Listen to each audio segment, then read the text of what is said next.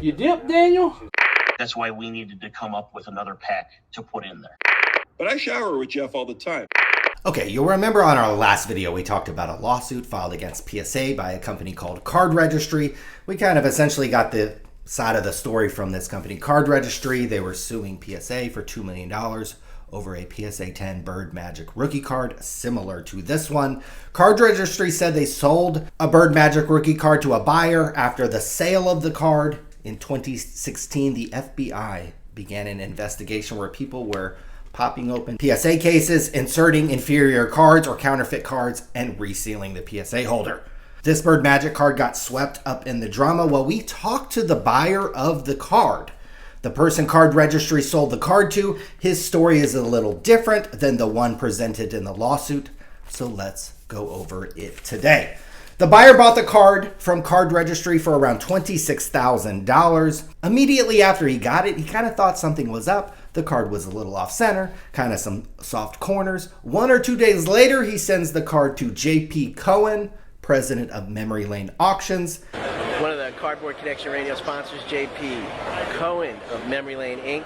JP, being down in Southern California, walks the card over to PSA, which is also located down there. And here's where it gets a little bad for PSA.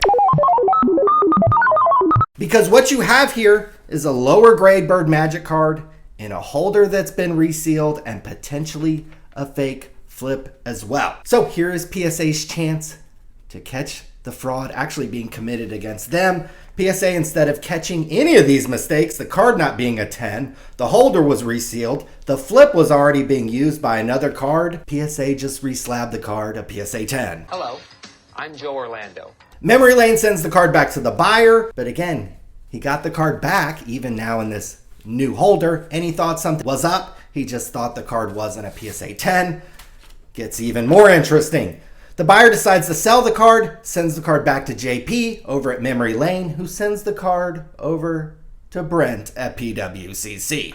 Alteration is defined as evidence on the card of trimming, recoloring, restoring, cleaning, etc. PWCC lists the card. At this time, they were allowed to sell on eBay, so they put it on there. And suddenly, while the auction is ongoing, JP over at Memory Lane, he gets a phone call from none other than the scammer himself, perpetrating this fraud, resealing these PSA holders, putting these inferior cards inside these PSA holders and resealing them. And this scammer has been dubbed Copperfield. Copperfield starts to brag that he got one over on PSA. The card isn't a 10, the holder was fake, and PSA still reslabbed it. Upon hearing the news from Copperfield, JP Cohen of Memory Lane tells PWCC to take down the auction. I'm angry, that our company has been used as a front. The card goes back to PSA, and that's when the FBI apparently came knocking. So if not for the scammer, Copperfield, bragging about his scams, who actually knows how long this might have went on?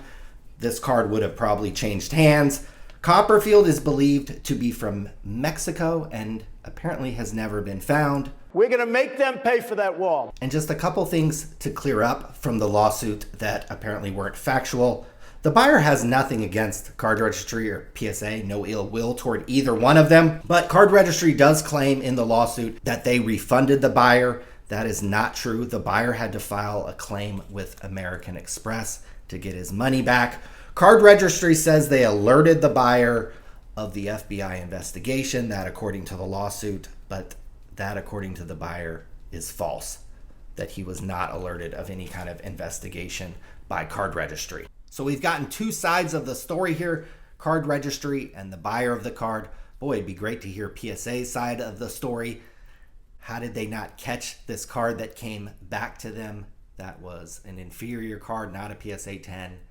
And in a holder that had been resealed and potentially a fake flip. Would love to know the answers to that. Last thing, some people point out that I wear a full tilt poker hat in some of these videos. I'm very, very, very well aware of the legendary scam that was pulled off by many of the people who owned Full Tilt Poker back in those days. I wear it as a joke. And the other thing I just want to point out is that Sports Card Radio is in part named after Poker Road Radio podcast.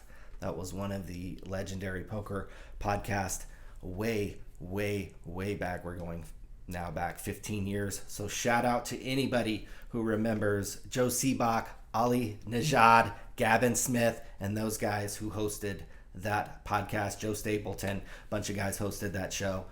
Again, this is just a joke, and hopefully you guys had a laugh.